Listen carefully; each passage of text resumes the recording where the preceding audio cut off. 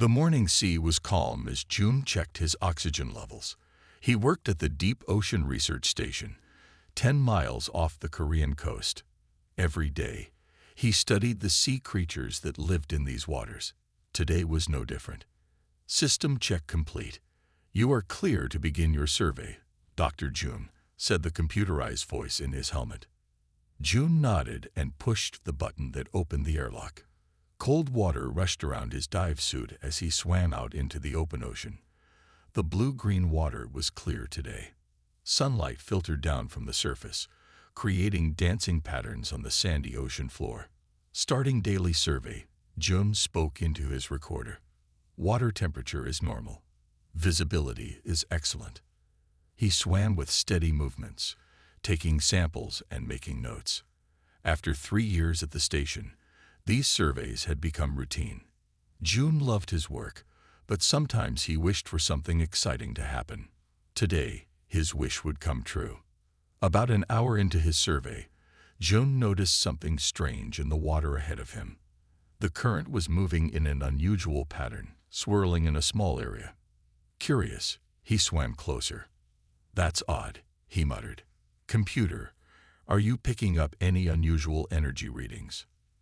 "Negative, Dr. June. No unusual energy detected."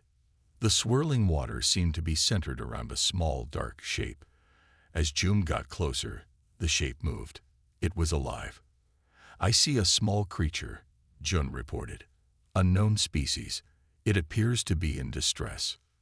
The creature was about the size of a small dog. It had shiny scales that changed color in the light, moving from deep purple to bright blue. Instead of a normal face, it had 4 small eyes arranged in a circle. Most strange of all, the creature had 2 sets of what looked like gills on its sides. One set was opening and closing rapidly, while the other remained still. June could tell the creature was struggling. It moved weakly, its small limbs pushing against the water without much effect. It was sinking toward the ocean floor. "It's drowning," June realized with alarm. But how can an ocean creature drown? Without thinking more about it, June swam forward. The creature saw him coming and tried to move away, but it was too weak. Its movements became more frantic as June reached for it. "Easy there," June said softly, though he knew the creature couldn't understand him. "I'm trying to help." The creature was surprisingly light as June lifted it. Up close, he could see that one set of gill-like openings was trying to process the water, but failing. The thin, clear liquid that wasn't seawater leaked from these openings. "You're not from around here, are you?" June whispered. Making a quick decision, June pressed the emergency return button on his suit. His station director wouldn't be happy about a cut-short survey, but this was an emergency. The creature in his arms was dying. "Computer, prepare my lab for an unknown specimen. Possible new species. Warning. Protocol requires approval before bringing unknown species into the station." The computer replied. "Override. Medical emergency," June said firmly. "This is a rescue operation." The swim back to the station felt longer than usual. The creature stopped struggling and lay still in June's arms. Only the faint movement of its chest showed it was still alive. Finally, June reached the station's underwater entrance.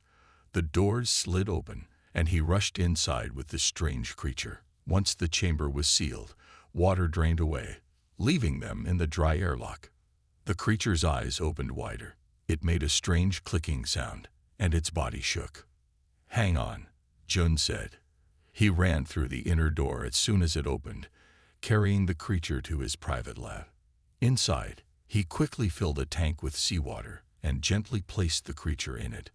But instead of improving, the creature thrashed more violently. "That's not helping," June muttered. "What are you? What do you need?"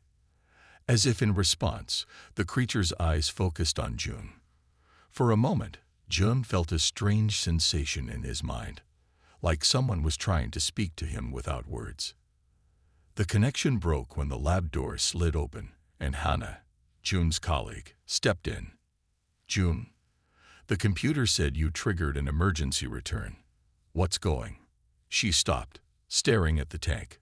What is that? June looked at the strange creature that was still watching him intently. I don't know, he said, but I think it needs our help. June, you know the rules. We can't bring unknown species into the station, Hannah said, crossing her arms. She looked worried but also curious. June nodded. I know, but it was dying. Look at it. The strange creature was still struggling in the tank. Its breathing was fast and shallow.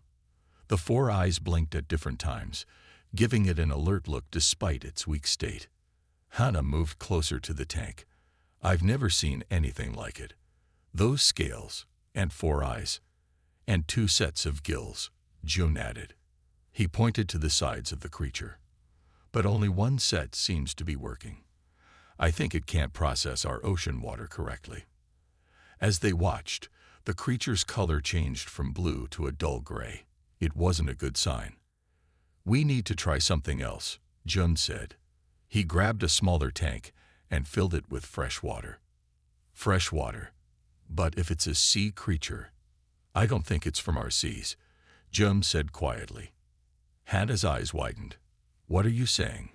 Jum carefully lifted the creature from the salt water and placed it in the fresh water tank. Almost immediately, the creature's colors brightened. The second set of gill-like openings began to move slowly. That's better, but still not right, June muttered. I think it needs something else in the water. For the next 2 hours, June and Hannah tried different water mixtures. Finally, they created a solution with less salt than seawater, but more minerals than fresh water. When they placed the creature in this mixture, it seemed to relax. Its breathing slowed to a normal rate. We did it, Hannah said with a smile. But what is it, June? Where did you find it? Near the western reef. It was just there, drowning. June couldn't explain why, but he felt protective of the small creature. Let's call it Duri. Duri? Why that name? It means two in our language. It has 2 breathing systems. Hannah nodded slowly. You should report this, June. Director Kim needs to know. Tomorrow, June promised. Let me make sure Duri is stable first. After Hannah left, June set up monitoring equipment to watch Duri's vital signs. He would sleep in the lab tonight. As he prepared a small bit for himself, he noticed Duri watching him closely. Those 4 eyes seemed to follow his every move. Can you understand me? June asked, feeling silly for talking to it. Duri didn't respond, but its scales flashed brighter for a moment. June fell asleep around midnight. He dreamed of deep water and strange lights. Warning: unauthorized access attempt. The computer's voice woke June with a start. He sat up quickly. The lab was dark except for the soft glow of the tank and the flashing red light on his computer terminal. And there, in front of the terminal, was Duri. The creature had somehow climbed out of its tank. It stood on 4 small legs, dripping water onto the floor. Its front limbs, which June now saw had finger-like digits, were touching the computer screen. Duri, June whispered in shock. The creature turned all 4 eyes toward him. It didn't run or hide. Instead, it made a series of clicking sounds and tapped the screen again. On the monitor, June could see that it had opened the communication system. Lines of code scrolled across the screen. Somehow, Duri was attempting to access the station's transmitter. You're trying to send a message, June realized. But to whom? Duri's scales flashed in patterns now. Blue, purple, green, almost like a language of light. When June stepped closer, Duri retreated back to the tank and slipped into the water. But it continued to watch June with those intelligent eyes. June's heart raced. This was no ordinary animal. This creature was intelligent, maybe as intelligent as a human. And it was trying to communicate. What are you? June whispered. And who are you trying to contact? In the tank, Duri's scales flashed once more, a pattern that somehow felt like an answer, if only June could understand it. 3 days passed since June found Duri. Each day, The creature showed more signs of intelligence. It watched June work. It played with simple puzzles June gave it. It even seemed to understand when June spoke, turning its head and blinking its 4 eyes in response. June still hadn't reported his find to Director Kim. He told himself he was waiting until Dury was stronger. The truth was, he was afraid of what might happen. Would they take Dury away? Would they hurt it trying to study it? "You're not just an animal, are you?" June asked as he fed Dury a mixture of proteins he had created. "What are you trying to tell me?" That night, June woke to a strange light in the lab. He opened his eyes slowly. The room was filled with a soft blue glow. It took him a moment to realize the light was coming from Dury's tank. June sat up. Dury was floating in the center of the tank. All 4 of its eyes were open wide, and beams of light shot from them onto the wall of the lab. "Dury," June whispered. The beams of light shifted. What had been random patterns began to form shapes. Symbols appeared on the wall. They looked like nothing June had ever seen before. "Are you writing?" June stood and walked closer. The symbols changed again. Slowly, they began to form shapes that looked like Korean characters. They were rough and simple, but June could read them. "Help." That was the first word that formed on the wall. Then, "friend." June's heart beat faster. "I'm trying to help you, Dury. I'm your friend." The lights shifted again. "Not animal. Miri." "Miri? Is that what you are? Your species?" The lights pulsed once. June realized it was a yes. "Not baby. Scout." June sat down hard in his chair. "You're a scout? Like an explorer?" He struggled to understand. "From where?" The light beams moved again, creating a simple picture of what looked like a city under the ocean. "Your home is underwater, like our station." Another pulse of light. "Yes, but not on Earth. You're not from this planet." "Yes." June felt dizzy. He was talking to an alien, a real, intelligent alien from another world. "How can I help you get home?" he asked. The lights formed new words. "Ship lost. Storm. Need send message." "You were on a ship that got caught in a storm," June guessed, "and you need to send a message to your people." "Yes." "That's why you were trying to use our computer." "Yes." June thought quickly. "If I help you contact your people, will they come here? To our station?" The lights dimmed for a moment, then returned. "Yes. Come quiet. No harm. No harm to us. You promise?" "Yes." June took a deep breath. He was about to break every rule in the book. But something told him this was important, bigger than his job, bigger than the research station. "Oak, Dury, I'll help you. But we need to be careful.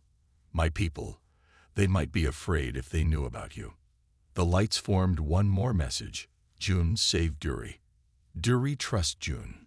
Something warm spread through June's chest. Trust. This creature, this intelligent being from another world, trusted him. "Can you show me what you need for the message? Can you write it down?" Dury's lights formed what looked like a series of equations and diagrams.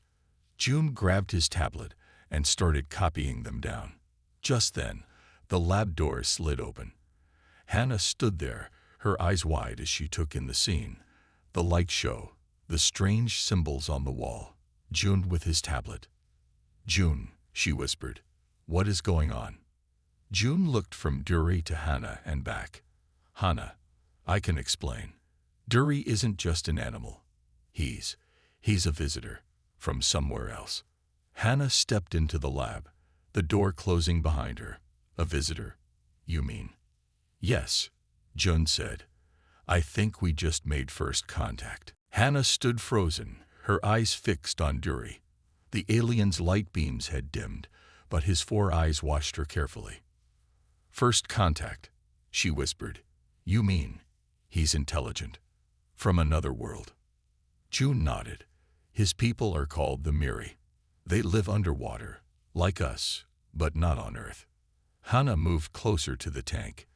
Can he understand me? Yes, June said. Try talking to him. Hello, Dury, Hannah said slowly. My name is Hannah. Dury's scales flashed blue and green.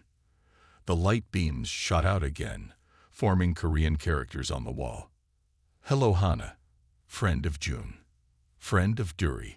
Hannah gasped. This is amazing. We need to tell someone. No, June said quickly. He lowered his voice. Not yet. Think about it, Hannah. What would happen? The military would come. They would take Dury away. Hannah frowned. But this is huge, June. The first proof of intelligent life beyond Earth. Dury's lights formed new words. Many years. Watch Earth. Study humans. What? June turned back to the tank. Your people have been watching us. For how long? Many years, the lights repeated. Then, from ocean deep, hidden. June and Hannah exchanged looks. They'd been here all along, Hannah said, studying us from the oceans. Like we study fish, June added. Dury's lights blinked. Not like fish. Humans smart, but fight too much. Miri, wait. Watch. Decide. Decide what? Hannah asked. Safe to talk. Share knowledge. June sat down, his mind racing. So your people are deciding if humans are safe to contact. Is that why you were here? To study us? Yes. Training mission. Watch human water home. Our research station, June said. You were watching us. Dury's body changed color, darkening slightly. Storm came. Lost group. Suit broke. Cannot breathe earth water. His breathing equipment must have failed, June explained to Hannah. That's why he was drowning. Hannah shook her head in wonder. This changes everything. If his people have technology that can hide them from us for years. Dury's lights formed a new message. Some humans know. Leaders. Military. What? June leaned forward. Human leaders know about your people. Some. Secret. They watch. We watch. A secret first contact has already happened, Hannah whispered. The governments know. Just then, the station's alarm system beeped. A voice came over the speakers. Attention all personnel. This is Commander Ta. The military research vessel Dawn has arrived for an unscheduled inspection. All sections prepare for visitors. Level 3 security protocols in effect. June looked at Hannah, his face pale. Level 3. That's for suspected security breaches. June, Hannah said urgently. Do you think they know? About Dury? Before June could answer, Dury's lights formed new words on the wall. They know. Feel energy. My message try. Your attempt to send a message, June said. They detected it. Dury's colors darkened further. Hide. Danger. June nodded. We need to hide him. If they find an alien here. But where? Hannah looked around the lab. They'll search everywhere. June thought quickly. The emergency storage tanks. In the lower level. They're small, but they're not on the main systems. We can move him there. Hannah nodded. I'll distract them. Buy you time. June looked at Dury. We need to move you. Can you understand? It's not safe here. The lights pulsed once. Yes. June carefully lifted Dury from the tank and placed him in a portable container filled with the special water mixture. As he did so, he felt a light touch in his mind. A feeling of gratitude. I'll keep you safe, June promised quietly. But we need to hurry. As Hannah left to intercept the military visitors, June took a deep breath. He was now hiding an alien being from his own government. If they caught him, but looking at Dury's trusting eyes, he knew he had made the right choice. June moved quickly through the empty halls of the lower level. The portable tank with Dury inside was heavy, but fear gave him strength. Behind him, he could hear voices from the upper levels. The military team had arrived. Almost there, June whispered to Dury. Just a little further. The emergency storage room was rarely used. It held extra tanks and supplies for emergencies. June punched in his code, and the door slid open. Inside, he found a small tank in the corner and quickly filled it with the special water mixture that Dury needed. As June placed Dury in the new tank, the alien's eyes glowed softly. Light beams formed words on the wall. My people search. Feel worry. Your people are looking for you. June asked. Can they find you here? Yes. Mirror feel minds. Track thoughts. June sat on a box next to the tank. They can track your thoughts. Like telepathy. Yes. But weak now. Need help. Make stronger. How can I help? Dury's lights shifted. Need make signal. Show where. But soldiers come first. Just then, June's communication device beeped. He answered it quietly. June, it's Hana. They're checking all the labs. Commander Ta says they detected an unusual energy signature from our station last night. They're looking for the source. Where are they now? June asked. Level 2, working down. They've already checked your lab. They found the empty tank and asked questions. I said you were cleaning it for a new specimen. Did they believe you? I don't know. Ta looked suspicious. Be careful, June. I'll try to slow them down. June turned back to Dury. We don't have much time. How can we contact your people before the military finds you? Instead of words, Dury's light beams now created a picture on the wall. It looked like a simple device with wires and a small power source. Is this what we need to build? A signal device. The lights pulsed once. Yes. I can get these parts from the engineering section, June said. But I'll need to be quick. As June stood to leave, Dury's colors changed to a deep blue. A new message appeared on the wall. June. Show you. Trust you. Suddenly, one of Dury's thin limbs reached out of the water. It touched June's hand. A flood of images filled June's mind. He saw vast underwater cities with glowing buildings. He saw Miri people of all sizes swimming through beautiful coral gardens. He saw advanced ships moving silently through the deep ocean. And he felt emotions too: curiosity, peace, and a deep love for the ocean world. When the images stopped, June was sitting on the floor, tears in his eyes. That's your home, he whispered. It's beautiful. Home. Dury's lights agreed. Want return. Family worry. June nodded and stood up. I'll get the parts. We'll build the signal. I promise. As June slipped out of the storage room, he nearly ran into Commander Tai and two soldiers in the hallway. Dr. June, Commander Ta said with a cold smile. Just the person I wanted to see. Care to explain why our sensors detected an unusual energy signature coming from your lab last night? June's heart raced. I was running some experiments on deep-sea bacteria. Sometimes they create bioluminescent reactions. Commander Tay's eyes narrowed. Interesting. And where are you going now? Engineering. I need some parts for my next experiment. I see. Commander Todd gestured to one of the soldiers. Corporal Han will accompany you. For security purposes. June nodded stiffly. Of course. As they walked toward engineering, June's mind worked frantically. How could he get the parts he needed with a soldier watching? And worse, how long before they found Dury in the storage room? Behind them, Commander Tai ordered the other soldier. Check every room on this level. I want to know about anything unusual. June walked slowly to the engineering section, the soldier following close behind. His mind raced with worry. Soon, they would find Dury. He needed a plan. In engineering, June began picking up random parts, pretending they were for his experiment. He grabbed wires, small circuit boards, and a portable power cell, all things he would need for Dury's signal device. He worked slowly, hoping for a chance to escape. His chance came when an alarm suddenly blared through the station. Warning: water pressure change detected in Section 4. All personnel report to emergency stations. The soldier looked confused. I should check with Commander Tai. As the soldier turned to use his radio, Jun saw Hana in the doorway. She winked at him, then disappeared. Jun realized she had triggered a false alarm to create a distraction. This was his chance. "I'll report to my station," Jun said quickly.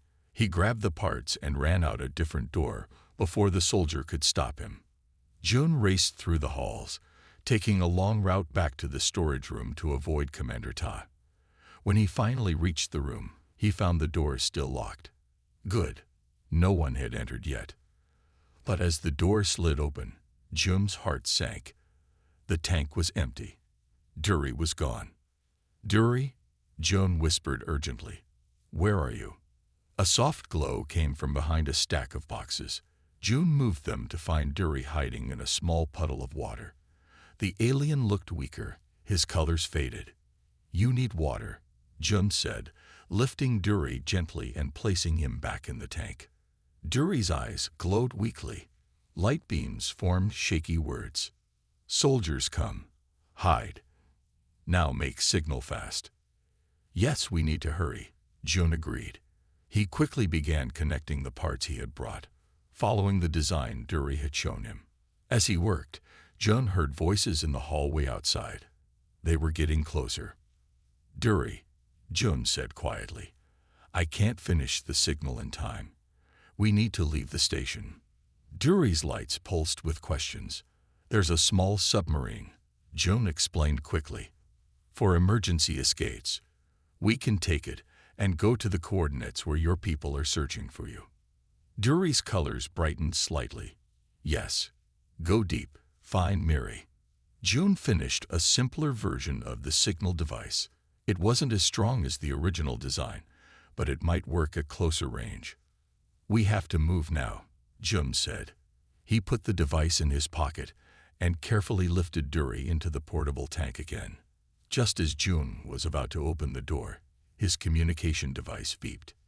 "Jun, it's Hana. They found traces of unusual water in your lab. They're testing it now. Commander Ta has ordered a complete lockdown. No one can leave the station." Jun's heart raced faster. "Hana, I need your help one more time. Can you meet me at emergency exit B? And bring your security card." There was a pause. "You're leaving the station." "Jun, that's dangerous. I don't have a choice. They'll find Dury, and I can't let that happen." Another pause. "I'll be there in 5 minutes. Be careful." Jun checked the hallway. Empty. He moved quickly, carrying Dury's tank close to his chest. They took service corridors and maintenance tunnels to avoid the main halls where soldiers might be. Finally, they reached emergency exit B. It led to a small bay with 3 emergency submarines. Each one could hold 2 people and had enough oxygen for 24 hours. Hana was already there, looking nervous. "Jun, are you sure about this? Where will you go?" "To find Dury's people," Jun said. "They're searching for him. If we can reach them before the military does, maybe we can prevent a misunderstanding. Or worse." Hana nodded slowly. She handed Jun her security card. "You'll need this to launch the sub. The alarm will sound as soon as you do." "Thank you," Jun said, "for everything." Hana looked at Dury. "Good luck, both of you. I hope your people are friendly. Dury." Dury's lights formed one word: friends. Jun stepped into the submarine with Dury's tank. As the hatch closed, he heard shouting in the distance. The soldiers had found their trail. "Hold on," Jun told Dury as he swiped Hana's card. The submarine bay doors opened. With a rush of bubbles, the small vessel shot out into the dark ocean. Behind them, alarms blared throughout the station. The small submarine moved through the dark water. Jun checked the oxygen levels and power. They had enough for 18 hours. He hoped it would be enough. "Which way?" he asked Dury. Dury's eyes glowed in the dim light of the submarine. His light beams pointed to the navigation system. Slowly, numbers appeared on the screen. "Coordinates. Is this where your people are searching?" Jun asked. "Yes." The lights pulsed. Jun set the course, and the submarine turned. According to the map, They were heading toward a deep ocean trench about 10 miles from the research station. The water would be very deep there. "We need to use the signal device," Jum said. He took out the simple device he had built and connected it to the submarine's power system. Dury's colors brightened. His front limbs touched the device, adjusting some of the wires. The device began to pulse with a soft blue light. "Is it working?" Jun asked. "Yes. Calling.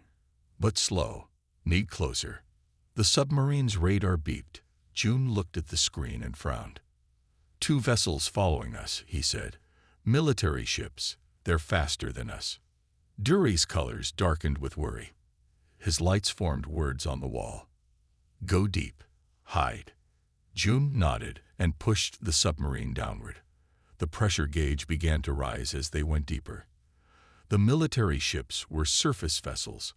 They couldn't follow them too deep. "Warning," said the submarine's computer. "Approaching maximum safe depth." Jun slowed their descent but kept going down. The water outside was now completely black.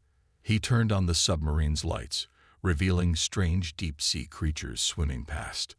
The radar showed the military ships still above them, circling. "They're waiting for us," Jun said. Suddenly, Dury became very still. His color shifted to a bright silver. All four eyes opened wide. "What is it?" Jun asked. "Feel them. Close now." The signal device pulsed faster. Dury's body vibrated with excitement. "Are your people coming?" "Yes." The lights pulsed. The submarine's sensors began to give strange readings. The water temperature around them changed.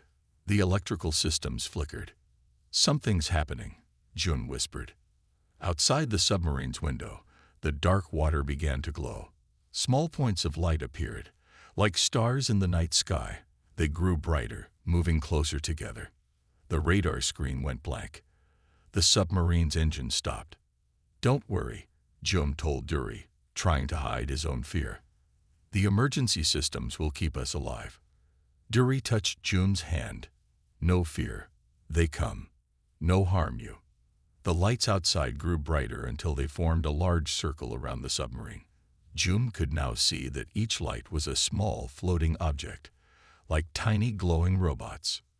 Then something much larger appeared from the depths below. A vessel, bigger than Jun's entire research station, rose slowly beneath them. It wasn't like any submarine Jun had ever seen.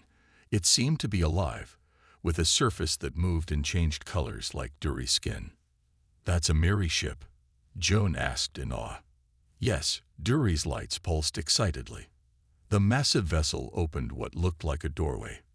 A beam of soft light surrounded Jun's submarine. "They're pulling us in," Jun realized as their submarine began to move downward toward the opening. Dury's lights formed new words. "No fear.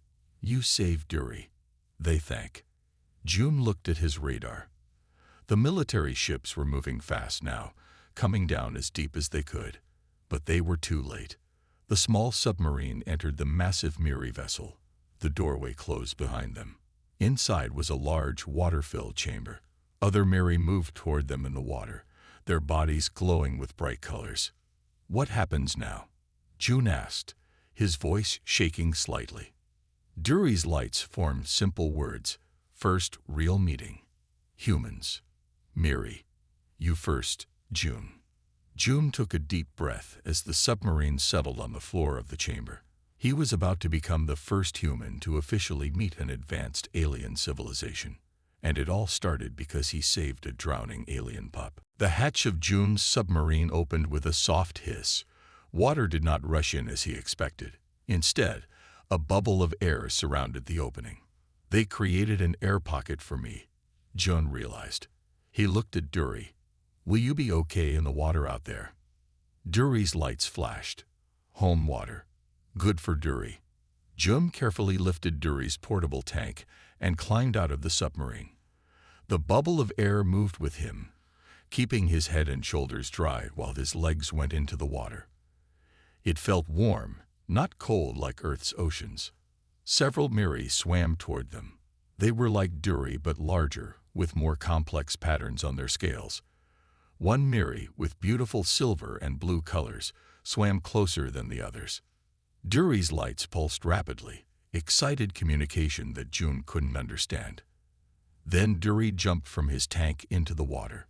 His colors immediately brightened, and he swam with new energy. The silver-blue Miri touched Duri gently with its limbs. Their scales flashed in matching patterns. Parent. Duri's lights spelled out for June. My parent. Suk. Your parent. June smiled. Hello, Suk. I'm June. The larger Miri. Suk turned toward June. All four eyes studied him carefully. Then Suk moved closer and extended a limb toward June. Duri flashed. Touch. Share thoughts. Safe. June hesitated, then reached out. When Suk's limb touched his hand, he felt a rush of emotions: relief, gratitude, curiosity. Then words formed in his mind. Thank you for saving my child. You're welcome, June said aloud, amazed at the direct communication. I'm glad I could help. More thoughts came. We have watched humans for many years. Some of us believe humans were too dangerous to contact, too violent. But you showed kindness to a stranger. You risked yourself to help Duri. Anyone would have done the same, June said. No, many would not. You are special, June. The other Miri moved closer now, forming a circle around June, Huri, and Suk. One of them brought forward a strange device and placed it in the water near June. This will help us talk, Suk's thoughts explained. Better than mind touch. Less tiring. The device glowed and projected a field of light around them. Now when Suk's scales flashed, June heard words in his mind, clear and precise. We have debated for years whether to make official contact with humans, Suk said. Our leaders are cautious. We have seen your wars, your pollution of the oceans. Not all humans are bad, June said. Many of us want peace. Many work to protect the oceans. Yes, we have seen this too, but we needed more proof that humans could accept those who are different. Duri swam excited circles around them. June proved. June, good human. Suk's colors rippled with what seemed like amusement. Yes, my child. June has shown us much. Another Miri approached with a small glowing sphere. Suk took it and held it out to June. This contains knowledge of our people, our history, our science, our art. A gift to begin our official friendship. June took the sphere carefully. It felt warm in his hands. Thank you. This is an honor. But now, Suk continued, we face a problem. Your military ships above. They are dropping listening devices. Soon they will send more ships. They're afraid, June explained. Humans fear what they don't understand. Yes, we must meet them properly, with respect, but also with strength. Suk turned to the other Miri. Prepare the communication chamber. We will speak with the human leaders. Duri swam to June's side. You help explain. You bridge between. June nodded. I'll do my best. On screens around the chamber, June could see images from outside the Miri vessel. More military ships had arrived. A voice came through the submarine's radio. This is Commander Tai of the Korean Navy. Unknown vessel, identify yourself immediately. Suk looked at June. And so it begins, the first official meeting between our peoples. June took a deep breath. I'm ready. 1 week had passed since the first contact between humans and the Miri. The world had changed forever. June stood in a large meeting room aboard the Miri vessel. The room was special, half filled with water for the Miri, half with air for the humans. A clear barrier separated the two sides, but it did not block sound or sight. On the human side, important leaders from many countries sat at a long table. They wore formal clothes and serious faces. On the Miri side, Suk and 5 other Miri elders floated in the water. Their scales shimmered with calm, steady colors. Duri swam excitedly near the barrier. He wore small, shiny decorations on his limbs. Now, symbols of his new status as a bridge builder between species. "The meeting will begin soon," Hannah whispered to June. She had been brought to the ship 3 days ago to help with the talks. "Are you nervous?" June nodded. "A little. Everything depends on this meeting going well." Commander Ta sat with the other military leaders. He had changed in the past week. After his initial anger at June for hiding Dury, he had come to understand the importance of peaceful contact.